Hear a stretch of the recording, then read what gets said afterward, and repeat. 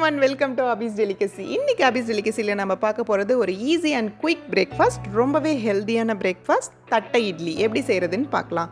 அதுக்கு முன்னாடி நீங்கள் அபிஸ் டெலிகசியை சப்ஸ்கிரைப் பண்ணலைன்னா ப்ளீஸ் சப்ஸ்கிரைப் பண்ணிக்கோங்க அண்ட் பெல் ஐக்கானையும் கிளிக் பண்ணி வச்சுக்கோங்க. அப்போ தான் நான் போஸ்ட் பண்ணுற ஒவ்வொரு வீடியோவும் உங்களுக்கு வரும். ஸோ இப்போ தட்டை இட்லிக்கு பார்த்தீங்கன்னா மெஷர்மெண்ட்ஸ், ஒரு உலக்கு இட்லி அரிசிக்கு அரை உலக்கு அவல் எடுத்துக்கோங்க. அண்ட் தென் கால் உலக்கு உளுத்தம்பருப்பு எடுத்துக்கோங்க. இதெல்லாம் நல்லா 6 மணி நேரம் ஊற வச்சு அரைச்சி எடுத்துக்கோங்க. 8 மணி நேரம் நல்லா ஃபர்மெண்ட் ஆகணும் இது. ஸோ இப்போ இது நல்லா ஃபர்மெண்ட் ஆனதுக்கப்புறம் நம்ம இதை தட்டை இட்லி பிளேட்டில் ஊற்ற போகிறோம். ஸோ இந்த மாதிரி 5 பிளேட்ஸு இல்லைனா 3 பிளேட்ஸ் இருக்கிற மாதிரி தட்டை இட்லி ஸ்டாண்ட் உங்களுக்கு கிடைக்கும். ஸோ அது நம்ம இட்லி பாத்திரத்தில் வச்சு வேக வச்சுக்கலாம். ஸோ இந்த மாதிரி இதை தட்டை இட்லி பிளேட்டில் அந்த மாவை ஊற்றிட்டு 10 மினிட்ஸ் வேக வைக்கணும் இது. ஸோ இப்போ இந்த இட்லி வேகிற 10 மினிட்ஸ்க்குள்ளே நம்ம ஒரு குயிக்கான மிக்ஸ்டு தால் ரெசிபி பார்க்க போகிறோம். ரொம்ப ஈஸியாக ரெடி ஆகிடும், ரொம்ப டேஸ்டியாகவும் இருக்கும் இந்த இட்லிக்கு. வாங்க எப்படி செய்கிறதுன்னு பார்க்கலாம். ரொம்ப ஈஸி ரெசிபி. ஸோ இதுக்கு ஒரு சின்ன கப்பில் துவரம்பருப்பு அண்ட் தென் அதே அளவு பாசிப்பருப்பு, அதாவது சிறுபருப்பு, இது ரெண்டையும் எடுத்துகிட்டு நல்லா வாஷ் பண்ணி ஒரு குக்கரில் ஆட் பண்ணிக்கலாம். தென் 4 பல்லு பூண்டு, 4 பச்சை மிளகாய், அதுக்கப்புறம் ஆனியன் கட் பண்ணது, நீங்கள் சாம்பார் வெங்காயம் இருந்தால் அதுவும் ஆட் பண்ணிக்கலாம். அண்ட் தென் ஒரு தக்காளி. ஸோ இதெல்லாம் நல்லா பெருசாகவே கூட கட் பண்ணிக்கலாம். இதெல்லாம் ஆட் பண்ணிக்கிட்டு கொஞ்சம் ஜீரகம் அண்ட் மஞ்சள் பொடி அண்ட் தென் கொஞ்சம் பெருங்காயம் இதெல்லாம் ஆட் பண்ணிக்கிட்டு இது பருப்பு வேகிறதுக்கு தேவையான அளவு தண்ணி ஊற்றிட்டு இது 2 விசில் வர அளவுக்கு இதை நல்லா குக் பண்ணிடணும்.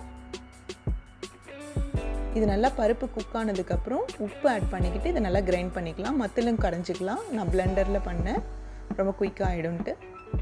அண்ட் தென் இப்போ இதை தாளிச்சிடலாம். நெய் ஊற்றி தாளிக்க போகிறேன் நான். இதில் நம்ம தாளிக்கிற பாத்திரத்தில் நெய் ஆட் பண்ணிக்கிட்டு இது தாளிப்பு வடகம். நான் ஒயிட் ஆனியன் வச்சு பண்ண வடகம், ரொம்பவே சூப்பராக இருக்கும் டேஸ்ட்டு.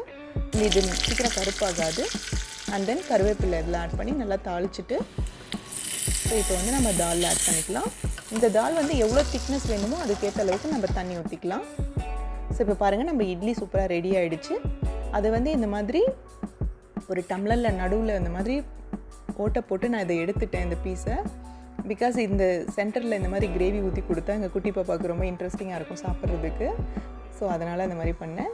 தென் இப்போ இந்த தாலில் கொஞ்சம் நம்ம நெய்யும் ஆட் பண்ணிக்க போகிறோம். அண்ட் தென் இந்த பொடி கொஞ்சம் ஆட் பண்ணிக்கலாம். இது இட்லி பொடி. இந்த மாதிரி தூவிட்டால் அந்த டேஸ்ட் கொஞ்சம் வரும், நல்லாயிருக்கும். இப்போ இந்த நெய்யை ஆட் பண்ணிவிட்டு இதை சாப்பிடும்போது ரொம்பவே டேஸ்டியாக இருக்கும். இது குழந்தைங்களுக்கு இந்த மாதிரி கொடுக்கும்போது ரொம்ப ஹாப்பியாக சாப்பிடுவாங்க. ஸோ நாங்கள் ஃபேமிலி மீலாக இதை 3 இட்லியும் வச்சு இந்த மாதிரி சாம்பார் ஆட் பண்ணிவிட்டு அண்ட் தென் இதில் பட்டர் ஆட் பண்ணிப்போம். பட்டர் ஆட் பண்ணாலும் ரொம்ப டேஸ்ட் ரொம்பவே நல்லாயிருக்கும். உங்கள் வீட்லேயும் ட்ரை பண்ணி பாருங்கள். Easy quick recipe. இந்த மாதிரி டின்னர் டைமில் ஃபேமிலியாக உட்காந்து சாப்பிட்லாம். இல்லை பிரேக்ஃபாஸ்ட் டைமில் குயிக்காகவும் ஒரு இட்லி அந்த மாதிரி வச்சு குழந்தைங்களுக்கு கொடுத்தா சின்ன பசங்கள்லாம் ரொம்ப விரும்பி சாப்பிடுவாங்க. ஸோ இந்த ஈஸி ரெசிபியை உங்கள் வீட்லேயும் ட்ரை பண்ணி பாருங்கள், ரொம்பவே நல்லாயிருக்கும். தேங்க்யூ ஃபார் வாட்சிங். மறக்காமல் அபிஸ் டெலிகசியை சப்ஸ்கிரைப் பண்ணுங்கள். பாய்.